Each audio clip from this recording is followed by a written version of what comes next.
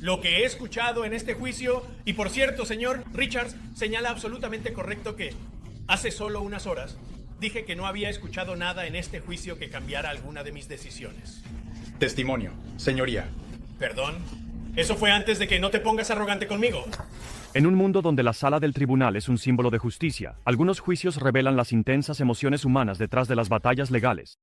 Desde los intensos enfrentamientos del juez Fred Schott con los fiscales, hasta las controvertidas decisiones de la jueza Paige Whittaker, estos casos de drama judicial te dejarán cuestionando la delgada línea entre la equidad, la integridad y la búsqueda de la verdad. Comencemos. ¿Para mí o no? ¿Para ti? Mi entendimiento de ti deberías haber venido y preguntado. ¿Para reconsideración? Lo hiciste en el 11 de noviembre de 2021. Una sala de tribunal en Kenosha, Wisconsin, se convirtió en el centro de atención nacional durante el juicio de alto riesgo de Kyle Rittenhouse, un adolescente acusado de matar a 2 hombres e herir a otro durante las protestas en agosto de 2020. El caso destacó una creciente división en la opinión pública, pero en la sala del tribunal, el enfoque estaba en las decisiones de acusación del fiscal adjunto Thomas Binger. El intercambio acalorado entre el juez Bruce Schroeder y Binger dejó a muchos cuestionando la estrategia de la acusación y la equidad del juicio. A los 17 años, Kyle Rittenhouse viajó a Kenosha en medio de las protestas por el tiroteo policial de Jacob Blake. Armado con un rifle, afirmó que estaba protegiendo negocios locales. Al final de la noche, 2 hombres estaban muertos y 1 herido. Rittenhouse argumentó que actuó en defensa propia, una afirmación que fue sometida a un intenso escrutinio durante todo el juicio. El fiscal Thomas Binger enfrentó numerosos desafíos. El testimonio de los testigos a menudo salió mal, apoyando sin querer las afirmaciones de defensa propia de Rittenhouse. Gage Grosskreutz admitió durante el contrainterrogatorio que se acercó a Rittenhouse con un arma antes de ser disparado. Los expertos legales criticaron la decisión de Binger de presentar a ciertos testigos, cuestionando su valor estratégico. ¿Escuchaste algo? De personas gritando. En un momento alguien gritó, agárrenlo. El juicio dio un giro dramático cuando Binger intentó introducir evidencia de los comentarios pasados de Rittenhouse sobre querer disparar a los saqueadores. Este movimiento enfureció al juez Schroeder, quien acusó a Binger de sobrepasar sus límites y violar las órdenes previas al juicio. La tensión estalló durante el contrainterrogatorio de Binger a Rittenhouse. Cuando Binger sugirió que Rittenhouse había ajustado su testimonio al permanecer en silencio antes del juicio, el juez Schroeder estalló. Estás justo en el límite, y puede que estés sobrepasado. Schroeder advirtió, acusando a Binger de infringir los derechos constitucionales de Rittenhouse. Cuando comenzaste tu examen comentando sobre el silencio del acusado después de su arresto, eso es ley básica. Ha sido ley básica en este país durante 40 años, 50 años. No tengo idea de por qué harías algo así.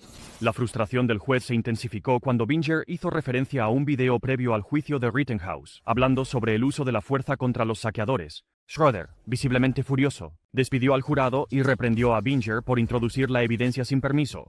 La defensa rápidamente solicitó un juicio nulo, acusando a Binger de provocar al juez para forzar una repetición del juicio.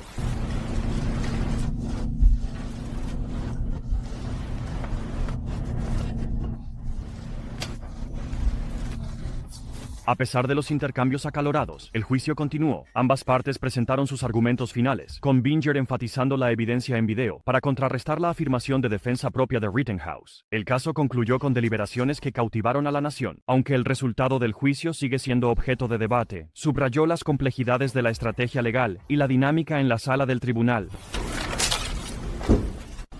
Miembros del jurado, ¿son estos sus veredictos unánimes? ¿Hay alguien que no esté de acuerdo con los veredictos leídos? ¿Desea consultar, jurado? El caso sirvió como un recordatorio contundente de la inmensa presión que enfrentan tanto los fiscales como los jueces en juicios de alto perfil. Los errores de vigor y las airadas reprimendas de Schroeder destacaron el costo emocional que pueden tener tales casos. El juicio no se trataba solo de Kyle Rittenhouse. Reflejaba tensiones sociales más amplias y la delgada línea entre la justicia y la estrategia legal. El tribunal fue un debate amplio sobre la ley, la defensa propia y la confianza pública. Siendo homicidio, intento de homicidio y peligro imprudente. Nosotros, el jurado, encontramos al acusado Kyle H. Rittenhouse, no culpable. La explosiva reprimenda del juez Schroeder en el juicio de Rittenhouse dejó la sala del tribunal en caos. El siguiente caso revela el inquietante mundo de la salud mental y la justicia. ¿Sucedió? ¿Cuál fue la reacción? ¿No puede también explicar, juez, esa palabra en relación a oficial que ella estaba consciente? La sala del Tribunal del Palacio de Justicia del Condado de Morris se convirtió en un punto focal de tensión y drama durante el juicio del ex olímpico Michael Barrison. Una vez un aclamado entrenador de equitación, la vida de Barrison dio un giro sorprendente cuando fue acusado de disparar a su inquilina, Lauren Kennerek, 2 veces en agosto de 2019. Sin embargo, en una rara decisión legal, Barrison fue absuelto de intento de asesinato y fue declarado no culpable por locura. Su caso no solo reveló profundas luchas personales, sino que también planteó preguntas importantes sobre la salud mental y la justicia. Entendiendo el hecho de que un mentor del señor Barrison fue prohibido de por vida. El juicio de Barrison comenzó en marzo de 2022, cautivando a la nación mientras se transmitía en vivo y era cubierto por importantes medios como CBS.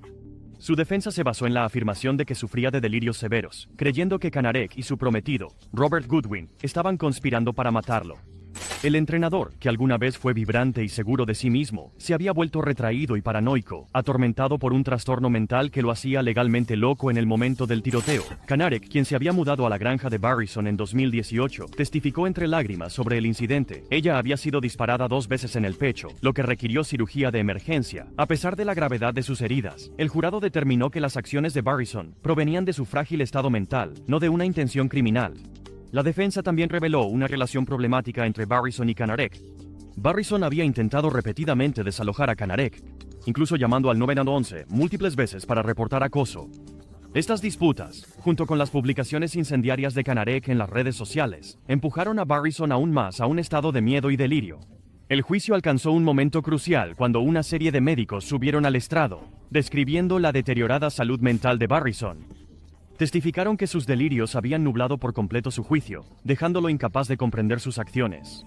El juez Stephen Taylor escuchó atentamente mientras tanto la fiscalía como la defensa presentaban su caso. La sala del tribunal estaba dividida. Mientras algunos veían a Barrison como un hombre llevado al límite por sus circunstancias, otros cuestionaban si se había hecho justicia por completo. La decisión del jurado de absolver a Barrison por locura subrayó la complejidad del caso. No se trataba de un crimen. Fue un recordatorio contundente de cómo los problemas de salud mental pueden interrumpir vidas graves. Él está sujeto a presentar algunas pruebas que vamos a abordar ahora mismo durante al menos parte del receso del almuerzo y luego comenzaremos el caso de la defensa en la tarde. Después de su absolución, Barrison fue enviado al centro forense Anne Klein y luego transferido al hospital psiquiátrico Greystone Park.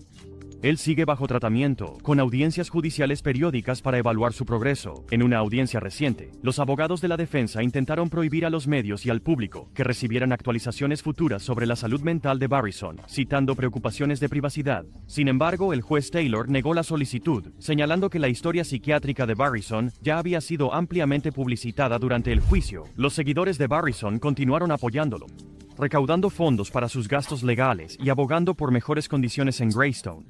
Su próxima comparecencia en el tribunal, programada para abril, determinará si está listo para más privilegios, incluyendo excursiones diurnas supervisadas. El juicio de Michael Barrison reveló la fragilidad de la mente humana bajo estrés extremo. Su viaje de ser un olímpico respetado a ser un paciente en un hospital psiquiátrico refleja un trágico costo de los problemas de salud mental no tratados. Si bien su absolución trajo cierta resolución, también dejó preguntas persistentes sobre el equilibrio entre la justicia, la seguridad pública y la compasión.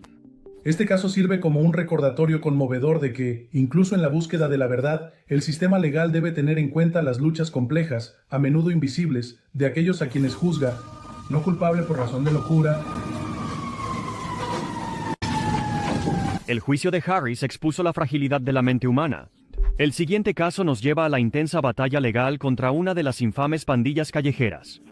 Claro, pueden tener nuevos atuendos para el tribunal, pero parece que tienen como armarios completos, llenos de ropa para algunos de estos acusados.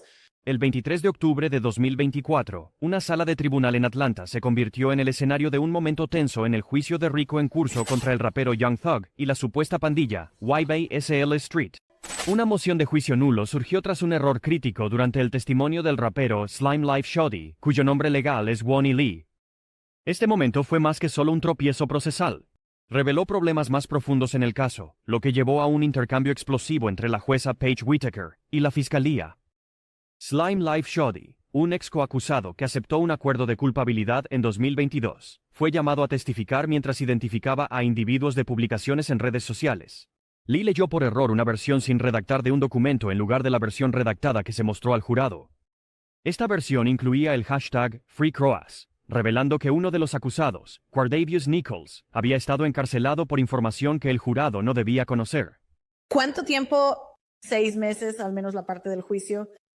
Y obviamente estoy entrando en paracaídas y solo tendré que continuar desde aquí y avanzar. El abogado defensor Bruce Harvey rápidamente aprovechó el momento, argumentando: es dolorosamente obvio que el Estado no está preparando a sus testigos, y pidió un juicio nulo. El desliz involuntario puso en peligro la integridad del juicio, desatando un intenso debate sobre si el error podría afectar la percepción del jurado. La tensión en la sala del tribunal alcanzó su punto máximo cuando la jueza Paige Whitaker despidió al jurado y dirigió su frustración hacia la fiscalía. Lo que estoy tratando de hacer es corregir tu descuido, así que todos no habrían desperdiciado 12 meses de sus vidas en este juicio, exclamó Whitaker, con la voz llena de exasperación. La sala quedó en silencio mientras sus palabras subrayaban la gravedad de la situación. Lo que estoy tratando de hacer es corregir tu descuido para que todos no hayan desperdiciado, ya sabes, 10-12 meses de sus vidas en este juicio. A pesar de la solicitud de la defensa de un juicio nulo con prejuicio, Whitaker se negó, pero dejó la puerta abierta para un juicio nulo sin prejuicio, lo que significa que el caso podría ser juzgado de nuevo. El juicio, ya el más largo en la historia de Georgia, se enfrentó a otro retraso mientras las actuaciones del día terminaban en incertidumbre. El jurado fue enviado a casa, y la sala del tribunal quedó en silencio mientras terminaba la sesión del día. La jueza Whitaker aún no había decidido sobre la moción de juicio nulo, pero su firme reprimenda a la fiscalía envió un mensaje claro: errores como este no podían volver a suceder. El juicio de larga duración ya había puesto a prueba la paciencia de todos, y ahora el futuro del caso pendía en la incertidumbre. La atmósfera tensa persistió mientras todos se preparaban para el día siguiente, esperando claridad. Fue un momento que recordó a los presentes la importancia de una preparación cuidadosa y el peso de buscar justicia. Eso es lo que está escrito en el lado derecho de la imagen, que todos estamos entrecerrando los ojos porque es pequeño en la hoja de papel. Y así soy yo, confiando en que realmente seas honesto. Este caso destaca la inmensa presión y complejidad de los juicios de alto perfil. La frustración de la jueza Whitaker reflejaba los desafíos de equilibrar la equidad con la eficiencia en un juicio que ya había consumido tanto tiempo. Su respuesta ardiente nos recuerda que incluso los profesionales legales más experimentados pueden luchar con la carga emocional de asegurar la justicia. Para todos los involucrados, este juicio sirve como un recordatorio contundente de cómo un solo error puede repercutir en un sistema ya frágil. La elección es tuya, depende de ti, y espero que me permitas ir a casa hoy y que confíes en mí, para hacer lo correcto y nunca volver a verte. El juicio de la jueza Paige muestra una batalla contra la pandilla USL, pero el siguiente caso revela cómo las discusiones evidencian las grietas en el sistema de justicia. ¿Vas a anular ese caso o me voy a enojar contigo hoy? Enójate, su señoría, pero en este punto... Espera. Escuchas el testimonio incontrovertido de este oficial. El 11 de marzo de 2015, una sala de tribunal en el condado de Seminole, Florida, se convirtió en el escenario de un intercambio acalorado entre el juez Fred Schott y la fiscal asistente Diana Myers. La acalorada discusión giraba en torno a un caso de Dewey que involucraba a una acusada, Lizette González, cuya licencia había sido suspendida por error. Este caso fue más que simple batalla legal. Reveló grietas en el sistema que el juez Schott no podía ignorar. Lizette González fue arrestada en enero por conducir con una licencia suspendida, lo cual derivó de un arresto por Dewey en noviembre. Sin embargo, la situación dio un giro cuando el juez Schott descubrió que el oficial que emitió la citación por DUI, Michael Wagner, había marcado que González estaba por encima del límite legal, sin realizar una prueba de aliento o de sangre. Durante el juicio, el oficial Wagner admitió su error, pero el juez Schott estaba furioso. «Mintió en una citación jurada», exclamó el juez, pidiendo que se acusara al oficial de perjurio. Myers se opuso, argumentando que el oficial simplemente cometió un error, no una mentira intencionada. La tensión en la sala del tribunal se volvió palpable cuando Schott anunció: «Estoy desestimando este cargo». «No, estoy desestimando el cargo. Puedes apelar». Durante el juicio, el abogado defensor Blaze Tretis compartió una pieza crítica de evidencia que lo cambió todo. Reveló que el operador de la prueba de aliento había estado disponible en el momento del arresto de Lizette González, contradiciendo el testimonio anterior del oficial Michael Wagner. Wagner había afirmado que no se podía administrar ninguna prueba de aliento porque no había ningún operador presente. Esta nueva información pintó un cuadro diferente. uno que dejó al juez Fred Schott profundamente frustrado. Para Schott, esto no se trataba solo del error de un oficial, se trataba de algo mucho más grande. Vio un patrón preocupante de negligencia que, si no se controla, podría dañar la confianza del público en la aplicación de la ley y en el sistema legal. Para Schott, la honestidad y la precisión eran innegociables, especialmente en casos que podrían impactar tan profundamente el futuro de alguien. ¿Es porque no le gusta la decisión del Estado hoy? No, porque no le gusta la decisión del Estado hoy. Tú no... Ahora que consideró lo que testificó el oficial Wagner, y cuántas veces, su frustración creció al considerar lo fácil que se podría haber evitado la situación. Si se hubieran seguido los procedimientos correctamente, Lisette podría no haberse encontrado en esta situación. No fue solo un error legal, fue una violación de la responsabilidad del sistema de proteger la equidad y la verdad. Para el juez Schott, este caso sirvió como un recordatorio contundente de cuán crítico es cada detalle en la búsqueda de la justicia. La tensión en la sala del tribunal alcanzó su punto de ebullición, mientras el juez Fred Schott presionaba a la fiscal asistente Diana Myers sobre la integridad del caso. Schott no solo estaba frustrado, estaba indignado. «Mintió en una citación jurada», exclamó, refiriéndose al error del oficial Wagner en el informe de Dewey. Myers, tratando de mantener la compostura, insistió. «Fue un error, su señoría, no una mentira». El intercambio capturó la atención de todos. La gente en la sala del tribunal miraba en shock mientras Schott exigía que se responsabilizara al oficial, pidiendo justicia, no solo por el acusado, sino por la equidad del sistema legal. Las palabras de Schott tenían peso, pero también desataron un debate. Algunos admiraban su valentía para señalar lo que veía como un grave defecto, mientras que otros cuestionaban si sus emociones estaban nublando su juicio. «Por perjurio, su señoría, ¿lo llevarás a juicio por perjurio?» Él admitió que fue un error. No, pero él, aunque la demanda de Schott por responsabilidad mostró su profundo compromiso con la justicia, también insinuó el costo personal de manejar tales casos. Este intercambio se convirtió en un poderoso recordatorio de que incluso aquellos que hacen cumplir la ley enfrentan momentos en los que integridad y paciencia son puestas a prueba. Tras el incidente, el juez principal del 18º Circuito Judicial, John Harris, anunció que Schott sería transferido de la división criminal a la división civil. Schott, quien ya había expresado interés en el traslado, hizo la transición el 13 de abril de 2015. Mientras tanto, la oficina del fiscal del estado apeló el fallo de absolución de Schott en el caso de Dewey de González, para causar que tu licencia sea suspendida, y ese es el camino que querías seguir. No, no lo eres. ¿Está eso frente a su caso en su lista? ¿En ambos? Este caso destaca el delicado equilibrio entre mantener la justicia y preservar la confianza en el sistema. La frustración del juez Schott reflejaba la gravedad de los errores en la aplicación de la ley, pero sus estallidos también mostraban el costo emocional de manejar casos de alto riesgo. El intercambio en la sala del tribunal nos recuerda que el lado humano de la justicia es imperfecto, pero está impulsado por un deseo de verdad. El acalorado intercambio en la sala del tribunal del juez Fred Schott reveló grietas en el sistema de justicia, pero el siguiente caso nos lleva a un juicio que cautivó a la nación. Los dramas en la sala del tribunal en estos casos revelan la intrincada danza entre la justicia, la emoción y la ley.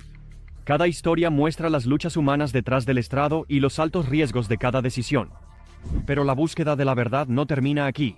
El siguiente video revela más casos escalofriantes que desafían las verdaderas complejidades del sistema legal. Sigue mirando.